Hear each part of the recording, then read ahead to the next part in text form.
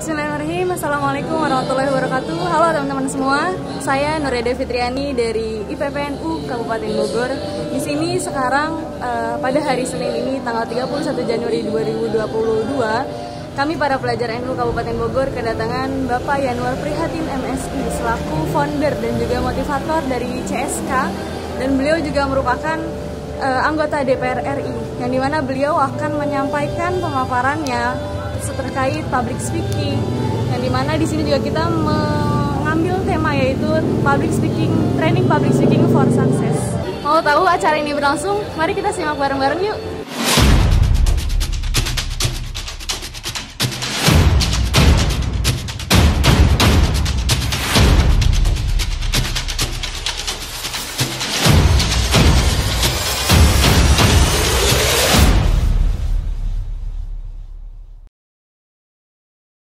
Siapa kita? Pelajar NU. Siapa kita? Pelajar NU. Siapa kita? Pelajar NU. NKRI. Harga mati. Pancasila. Jaya. Akidah kita. Asalnya. Salam pelajar. Pelajar berjuang bahwa ilmu mencari anak pemberi. Insya Allah nanti saya akan ajarkan bagaimana cara Anda melatih diri untuk jadi seorang public speaker. Siap ya? Siapa yang sungguh-sungguh ingin jadi pembicara profesional? Angkat tangan. Sekali lagi, siapa yang ingin sungguh-sungguh jadi pembicara profesional? Katakan saya. Siapa yang ingin jadi pembicara profesional? Saya. Siapa yang ingin jadi pembicara profesional? Saya.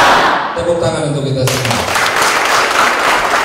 Teman-teman, Anda hadir pada waktu yang tepat, acara yang tepat, momen yang tepat. Orang happy jauh lebih mudah semangat. Setuju? Setuju. Orang happy lebih mudah fokus. Dan orang happy memiliki kemampuan 60% lebih hebat untuk menjelaskan apapun. Karena itu saran saya, sebelum kita mulai, cari alasan Anda untuk happy, untuk bahagia, untuk gembira. Siap ya? Oke? Siap? Baik. Terima kasih. Tepuk tangan untuk kita semua. Teman-teman, apa yang mau kita pelajari? Saya akan mengajak Anda untuk belajar tentang 3 hal ini. Oke? Yang pertama, nanti kita akan jawab sama-sama soal why. Kenapa sih kita harus belajar public speaking? Banyak orang ingin belajar public speaking, tapi dia tidak menemukan alasannya. Saya kasih tahu, kalau kita melakukan sesuatu tidak punya alasan yang kuat, maka di tengah jalan Anda akan mudah berhenti. Setuju nggak? Tapi kalau Anda punya alasan kuat, maka Anda punya energi untuk tetap berjalan dan bergerak. Yang kedua, nanti kita bicarakan what is, apa itu public speaking, supaya nanti nggak salah paham nih. Supaya kita nanti nggak salah paham, apa sih public speaking, apa sih yang disebut public speaking, nanti kita jelaskan sama-sama. Dan yang ketiga yang menarik, how to, bagaimana protokol public speaking. Nah, ini yang paling menarik. Bagaimana cara kita melakukan sesuatu yang kita sebut dengan public speaking. Why, what, how. Mengapa kita harus belajar public speaking? Saya ingin sampaikan pada Anda, ini menurut riset, ini nggak tanggung-tanggung. Warren Buffett itu ada yang tahu? Ini seorang konglomerat kelas dunia, ahli pemain saham, seorang investor. Dia berkata 50% nilai Anda akan jauh meningkat ketika Anda menguasai public speaking. Nilai diri kita, harga diri kita, kalau kita bisa dikasih harga, itu akan meningkat lebih tinggi ketimbang rata-rata orang kalau Anda punya kemampuan public speaking. Betul nggak? Ini contoh aja, nggak usah yang jauh-jauh. Kalau di rumah keluarga kita ada hajatan, mau nyunatin kan, mau pernikahan, ya kan? Atau pada saat itu ada sambutan-sambutan, betul ya? Saya tanya, dari pihak keluarga yang biasanya diminta ngasih sambutan siapa? Kepala keluarga. Nah sekarang kalau kepala keluarganya memberikan kepercayaan kepada keluarga yang lain, keluarga yang lain kalau dipilih siapa? Mungkin yang paling sepuh, yang paling senior. Kalau yang paling sepuh, paling senior yang nggak mau, siapa lagi yang harus dipilih? Mereka yang punya kemampuan ngomong, betul nggak? Kan kadang-kadang A atau AB yang mewakili keluarga, betul? Akhirnya ke siapa jatuhnya? Pasti ke yang punya keahlian public speaking tingkat RT. Artinya apa? Ternyata orang yang punya kemampuan berbicara di depan umum nilainya meningkat dan jauh lebih tinggi ketimbang yang tidak punya public speaking. Setuju? Ini kata Warren Buffett. Teman-teman yang saya hormati, ini hasil riset ya. Anda bisa dapatkan di buku ini, namanya Lesson from the Top. Hampir 500 CEO itu pemimpin kelas puncak di perusahaan-perusahaan besar, menyatakan bahwa public speaking menempati urutan ketiga dari 10 komponen kesuksesan. Hebat gak? Top gak? Jadi jangan main-main dengan public speaking. Tadi betul kata beliau, orang sukses salah satu syaratnya, salah satu cirinya, salah satu keahlian yang dimiliki adalah public speaking. Penelitiannya ada ini. Dari 10 komponen kesuksesan seseorang, nomor 3-nya adalah public speaking. Top nggak? Keren nggak? Jadi Anda harus tahu sekarang, sudah mulai tahu. Kalau Anda mau sukses, nggak ada pilihan. Anda harus mulai belajar public speaking. Ini ada lagi untuk memperkuat. Dari 457 pemimpin perusahaan, ini di Amerika ya, mengatakan salah satu soft skill, keahlian yang terpenting adalah public speaking. Dan itu lebih penting dari IPK. Anda tahu IPK? Nah, apa IPK? Ini yang kuliah biasanya nggak tahu. Indeks prestasi kumulatif. Nah, banyak kita sekolah itu mencari IPK tinggi, nilainya tinggi, betul ya? Oh, SMP, SMA saya berjuang. Tapi ternyata menurut hasil riset ini, public speaking tetap jauh lebih hebat dari IPK. Pertama, orang belajar public speaking manfaatnya apa? Ini untuk komunikasi yang efektif. Tadi sudah disampaikan. Orang yang punya kemampuan public speaking menyampaikan informasi kepada kita akan jauh lebih efisien, jauh lebih efektif, dan jauh lebih mudah dimengerti. Betul nggak? Orang itu pintar. Wah, ilmunya udah tinggi banget.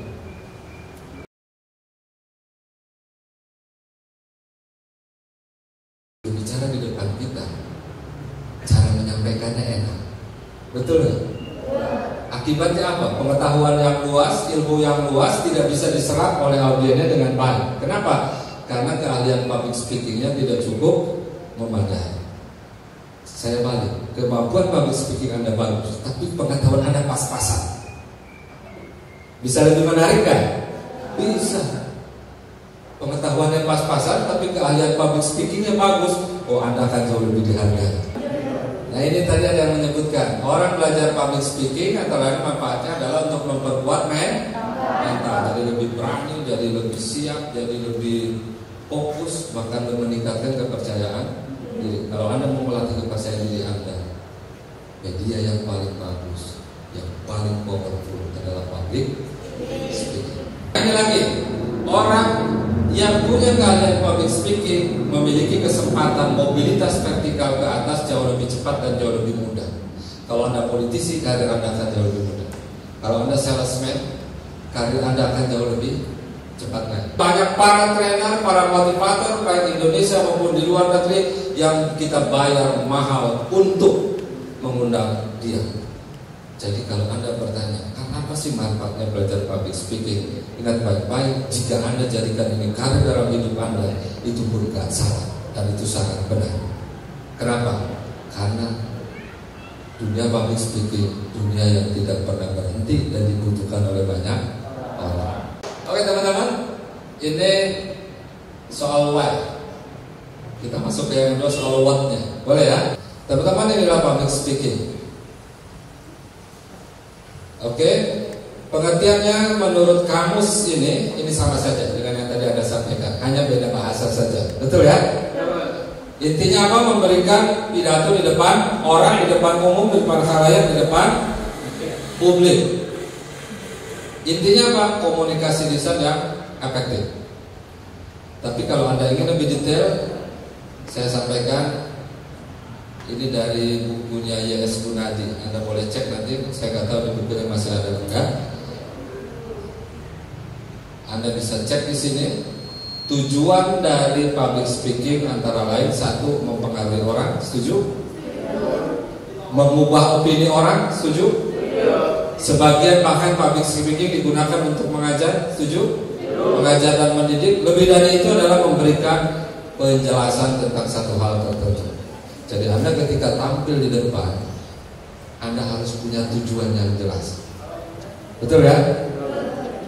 Mengajar, mendidik, melatih, atau Anda memberikan satu penjelasan tertentu. Saya ingin sampaikan ini kepada Anda di awal, supaya kita tidak salah paham lagi dengan public speaking.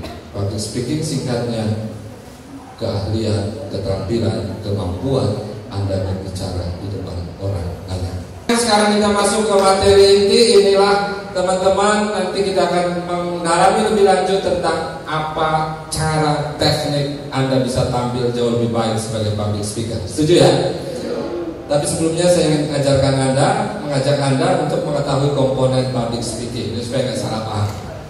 Pertama, komponen pertama adalah komunikator. Siapa komunikator itu? Orang yang ngomong, orang yang bicara. Yang kedua apa? Isi pesannya. Jangan Anda berdiri di depan, tapi Anda tidak ada isi pesannya. Itu berarti bukan public speaking. Komunikan siapa? Yang mana? Yang berikutnya media. Media adalah segala hal, perlengkapan, peralatan, metode yang Anda gunakan untuk melakukan public speaking. Ya kan?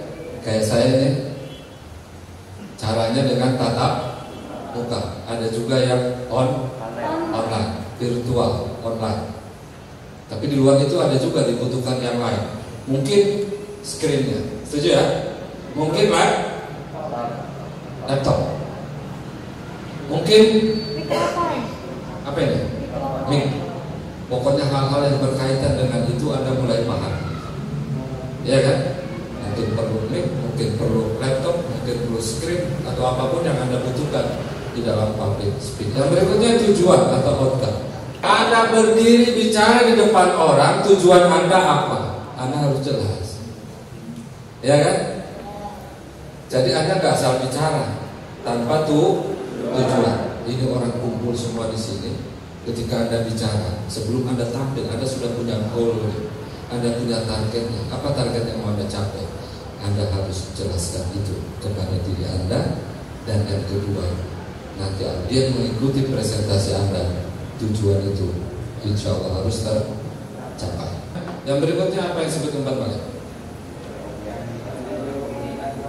Apa yang didapat oleh komunikan, oleh peserta Anda.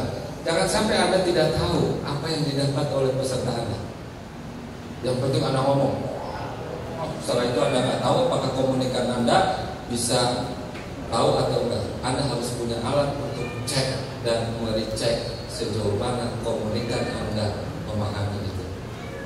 Betul nggak? Kalau kayak begini ngeceknya gampang. Sebagaimana tadi saya lakukan. Tadi saya melakukan teknik cek dan dicek umpan balik, gimana caranya tadi? Ada yang tahu? Dengan bertanya. Oke ya, sampai sini sudah tahu? What is? Sudah paham?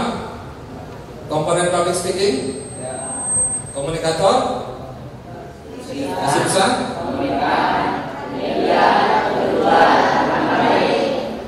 Jadi kalau tidak ada komponen ini, Anda belum layak disebut dengan public speaking. Ya kan? Disebut public speaking karena komponen ini ada. Ada pembicaranya, ada pesan yang disampaikan, ada pendengarnya, ada media yang Anda gunakan, dan Anda punya goal, target, tujuan atau outcome. Dan berikutnya jangan lupa Anda harus punya keahlian, kemampuan mengecek audien Anda sudah menerima atau belum pesan yang Anda sampaikan.